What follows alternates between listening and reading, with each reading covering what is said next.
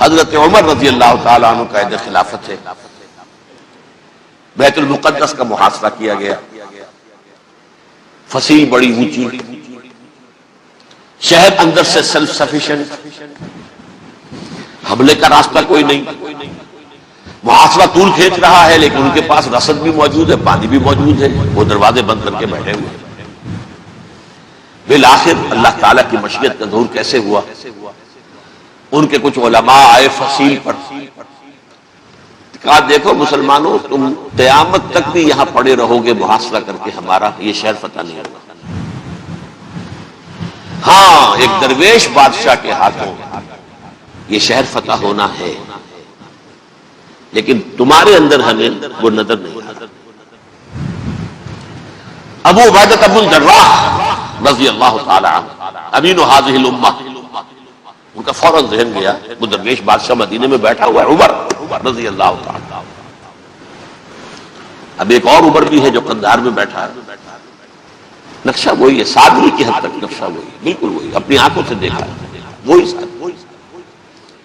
عمر اول عمر ثانی سے عمر بن عبد العزیز، اب ایک اللہ کے فضل سے اللہ تعالیٰ ایدہ اللہ بنصرتہ، اللہ تعالیٰ ان کی نصرت فرمائے، دشمنوں کو ان کے مقابلے میں نیست و نابود کرے۔ انہوں نے ریکویسٹ بھیج دی کہ حضور تشریف لائیے، یہ شہر فتح ہو جائے گا۔ وہ ہے سفر تاریخی، اتنا طویل سفر، تقریباً 700 میل، ایک اونٹ، ایک خادم، ایک منزل پہ امیر المومنین اوپر بیٹھے، خادم آگے چل رہا ہے، اگلی منزل پہ خادم اوپر بیٹھا ہے، امیر المومنین آگے جا رہا ہے۔ اور جب پہنچے ہیں تو وہ باری تھی خادم کی، انہوں نے ہاتھ جوڑ لیے، حضور خدا کے لیے تم کیا کہیں گے لوگ، وہ میرا برا حال کر دیں گے، تمہیں شرم نہیں آئی؟ امیر المومنین پیدل آگے چل رہے ہیں نکیل پکڑ کر، اور تم بیٹھے ہو اوپر براجمان ہو۔ حضرت عمر فرمایا دور نہیں، باری تمہاری، بیٹھ۔ اس حال میں پہنچے، اور پھر یہ کہ ابو عبیدہ بن الجراح آئے ہیں، استقبال کیا ہے تو دیکھا ہے اس حال میں چلے آ رہے ہیں، عمر نکیل پکڑے ہوئے چلے آ رہے ہیں، اور کہتے ہیں کہ کہیں کیچڑ ویچڑ تھا، جوتے خراب ہو گئے تھے، وہ بھی اتار کے ہاتھ میں پکڑے ہوئے، کپڑے تو تھے ہی پھٹے ہوئے۔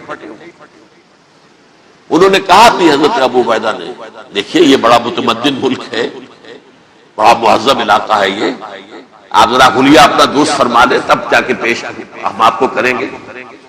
آپ نے فرمایا نحن قوم اعزنا اللہ بالاسلام، ہم وہ قوم ہیں جنہیں اللہ نے عزت دی ہے اسلام کے ذریعے سے، کپڑوں کے ذریعے سے، دولت کے ذریعے سے۔ اسی حال میں گئے ہیں، اوپر سے انہوں نے کھڑے ہو کر نشانیاں دیکھی ہیں، اپنی کتابیں کھولی، ہاں یہ وہی ہے، اچھا لو جی سرنڈر، شہر تمہارے ہاتھ میں۔ خون کا ایک قطرہ نہیں بہا اور بیت المقدس فتح ہوا۔ لیکن اس وقت حضرت عمر نے ایک نرمی یہ کی کہ یہودیوں کے لیے بھی اسے اوپن سٹی قرار دے دیا۔ یہ احسان عظیم حضرت عمر کا، اس سے پہلے یہودی آ ہی نہیں سکتا تھا، داخل نہیں ہو سکتا تھا، وہاں وہ آ کر وزٹ نہیں کر سکتا تھا، زیارت نہیں کر سکتا تھا اپنے مقدس مقامات پر۔ حضرت عمر نے یوں سمجھیے کہ تقریباً 550 برس کے بعد ان کے لیے راستہ کھولا ہے کہ ہاں تم آ سکتے ہو، زیارت کر سکتے ہو۔ لیکن یہ عیسائیوں نے لکھوایا معاہدے کے اندر، انہیں یہاں آپ آباد ہونے کی اجازت نہیں ہے، لیکن کم وزٹ دی پلیسز، دیکھیں زیارتیں کریں اور جائیں۔ یہ معاہدہ حضرت عمر کا ہے رضی اللہ تعالیٰ عنہ، جو پھر خلافت راشدہ کے بعد بنو امیہ نے بھی اس کو آرڈر کیا، بنو عباس نے کیا، پھر جو ہمارے یہ ترکوں میں اندر خلافت آئی تو ترک خلفاء نے بھی اس معاہدے کی پوری پابندی کی۔ فلسطین میں آ سکتے ہیں یہودی، صرف زائرین کی حیثیت سے، وہاں آباد نہیں ہو سکتے۔ اب آئیے اگلا دور آیا حضرت عثمان کا دور خلافت۔ یہ ہے وہ وقت کہ اب یہود نے امت مسلمہ کی پیٹھ میں چھڑا دیا۔ وہ کیسے؟ ایک یہودی عبداللہ ابن سبا اسلام کا لبادہ اوڑھ کر آ گیا، معاشرے کا جائزہ لے لیا، ان میں بنو ہاشم اور بنو امیہ میں جو پرانی کشاکش تھی اس کے کچھ نہ کچھ جراثیم باقی ہیں، اگر ان کو ذرا بھڑکا دے تو مسلمانوں میں انتشار پیدا ہوتا ہے۔ کہا یہ عثمان کون ہے؟ یہ تو بنو امیہ میں سے ہے، یہ حق تو بنو ہاشم کا ہے، خلافت ان کے پاس ہونی چاہیے، محمد کے تو رشتہ دار وہ ہے صلی اللہ علیہ وسلم۔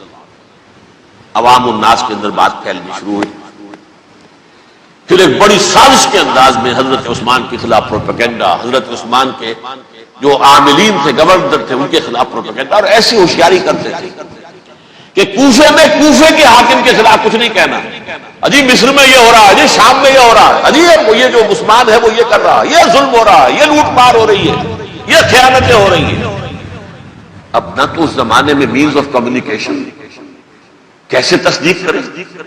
افواہیں تو آپ آج کراچی کے اندر شروع ہو جائے تو پتہ نہیں چل سکتا کسی کو کہ کیا اس میں صداقت ہے، کیا جھوٹ ہے، اور بری بات جو ہے فطرت انسانی کی کمزوری ہے، وہ فوراً قبول کرتا ہے، کسی کے بارے میں اچھی بات ماننے کو تیار نہیں ہوتا، لیکن بری بات تو فوراً تیار ہے۔ بہرحال یہ فتنہ انہوں نے اٹھایا، حضرت علی کی الوہیت کا فتنہ اٹھایا، حضرت عثمان کے خلاف الفتنۃ الکبریٰ برپا کیا، حضرت عثمان شہید ہوئے۔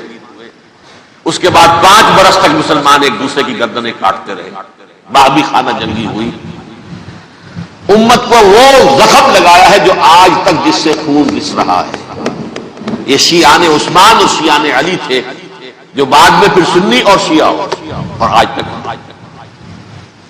فتنہ کس نے جگایا؟ ایک عبداللہ ابن سبا یہودی اور اس کے کارندے، شیطان کا ایجنٹ، اور انسانوں میں سے بھی اس کے جو بھی حواریین تھے اور شیطانوں کے اندر سے بھی تھے، انہوں نے بھی اس آگ کو بھڑکا۔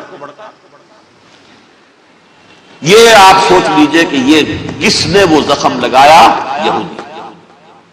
اگلا دور آیا، خلافت راشدہ ختم ہوئی، بنو امیہ کا بھی دور کافی گزر گیا۔ طارق ابن زیاد 712 عیسوی میں حملہ کرتے ہیں اسپین پر۔ اسپین اس وقت عیسائیت کا بہت بڑا گڑھ، بڑے کٹر ترین عیسائی جو ہے وہ اسپین میں تھے، لہذا یہودیوں کی وہاں بہت پٹائی ہوتی تھی، بہت پٹائی ہوتی ہے، میں بتا چکا ہوں، دشمنی تھی چلی آ رہی تھی عیسائیوں کے ہاتھوں یہودیوں کی، وہ تو سن 300 عیسوی سے ایمپرر کانسٹنٹائن کے بعد سے شروع ہو گئی۔ اس حوالے سے یہودیوں نے اس وقت چالاکی یہ برتی، کچھ راستے واسطے بتائے، کچھ مدد کی طارق ابن زیاد کی۔ طارق ابن زیاد نے انہیں اپنا محسن سمجھا، ہسپانیہ فتح ہو گیا تو یہودی چونکہ محسنین کی فہرست میں آ چکے تھے، انہیں بہت اقتدار نصیب، بڑی سپورٹ مسلمانوں نے۔ ان کے بڑے بڑے علماء نے اسی دور کے اندر پیدا ہوئے، بڑے بڑے تھنکرز ان کے اسی دور میں پیدا ہوئے۔ بن گوریون جو کہ ایک وزیر اعظم تھا اسرائیل کا، اس نے یہ لکھا اپنی کتاب میں، Muslim Spain was the golden era of our diaspora. وہ ڈائسپورا جو 70 عیسوی سے شروع ہوا تھا اور 1917 عیسوی تک جاری رہا ہے، اس میں سے گولڈن ایرا ہمارا جو تھا وہ مسلم اسپین تھا۔ ہسپانیہ میں بیٹھ کر ہم پیش کیے، لیکن وہاں سے انہوں نے اور جو کچھ کیا، یہ تو داستان کے جو بہت سے گوشے ہیں، لیکن میں جس اسٹریٹ لائن میں چل رہا ہوں اس کے اعتبار سے ایک بات سمجھ، وہاں بیٹھ کر انہوں نے اب عیسائیت کی پیٹھ میں چھڑا گھونپا، پروٹیسٹنٹ مذہب پیدا کیا، تقسیم کر دیا، جیسے شیعہ سنی کی تقسیم، عبداللہ ابن سبا، رومن کیتھولک اور پروٹیسٹنٹ کی تقسیم، یہودی علماء۔ ہوتا کیا تھا، ہسپانیہ کی یونیورسٹیاں ہیں، کارڈووا میں ہے، ٹولیڈو میں ہے، گریناڈا میں ہے، غرناطہ، قرطبہ، تولیتلا، اور وہاں آتے تھے لوگ، فرانس سے چلے آ رہے ہیں نوجوان پڑھنے کے لیے، جرمنی سے چلے آ رہے ہیں، اٹلی سے چلے آ رہے ہیں، 3 ہی ملک قریب ترین پڑھتے ہیں سینٹرل جو یورپ کے ہیں۔ یہاں پر جو ہے وہ اسلام جو نور پھیلا رہا تھا اس سے بھی مستفیض ہوئے، جہالت کے جو ہے پردے ان کے وہ چھٹے، اس کے ساتھ ہی وہ یہودی وہاں ان کے اندر جو جراثیم داخل کر رہے تھے وہ اس عیسائیت کے خلاف بغاوت تھی جو اس وقت دنیا میں